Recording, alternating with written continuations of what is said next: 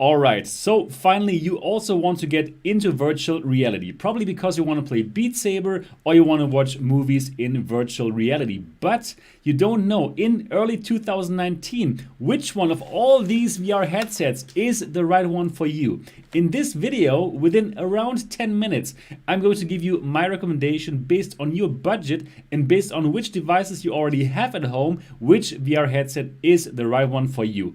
And all of this is coming up.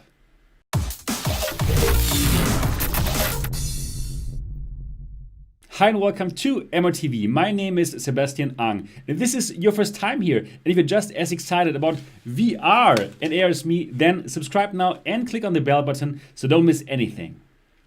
It is early 2019 and you're wondering which VR headset to buy. Now, before I give you my recommendation, let me tell you why I think that I'm in a position to give you this advice. Well, I have all the VR headsets that are on the market. I've reviewed them all. And I've even checked out the headsets that are not on the market yet. So therefore, I believe I can help you to make an educated decision.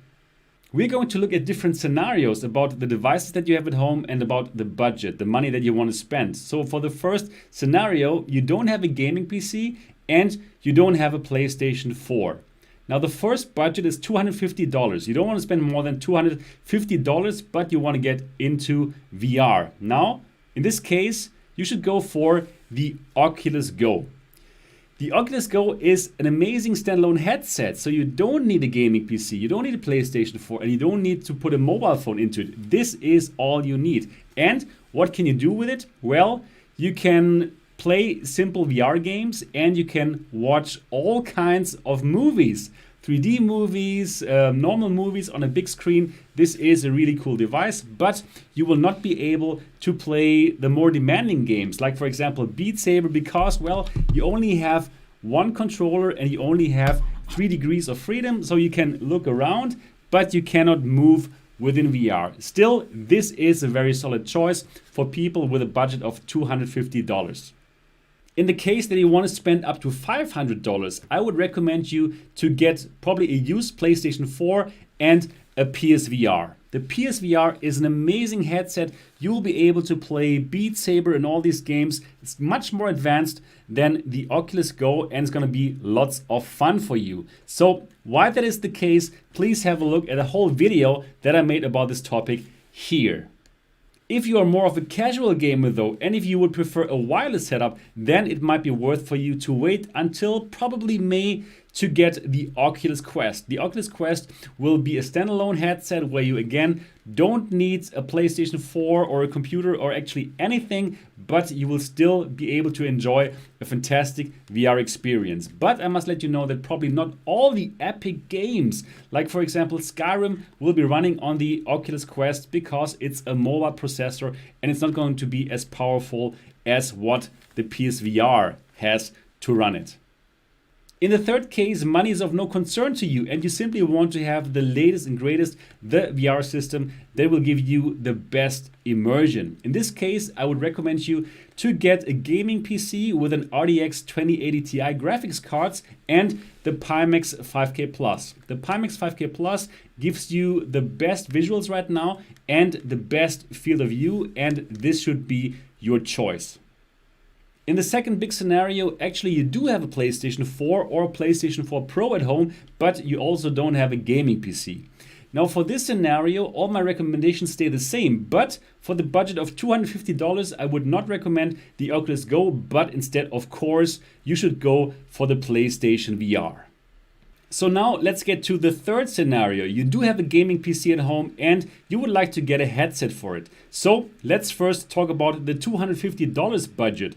In this case, I recommend you to get the Lenovo Explorer. The Lenovo Explorer is a very nice headset. It has a better resolution than Rift and Vive, and you can play all Steam VR games, and you should be able to get this for around $200, which is a great price. Now, sometimes you will even see the Samsung Odyssey, the original Samsung Odyssey, for a price of $249. If this is the case, and if you can get the headset for this price, you should prefer the Samsung Odyssey since it's better than the Lenovo Explorer.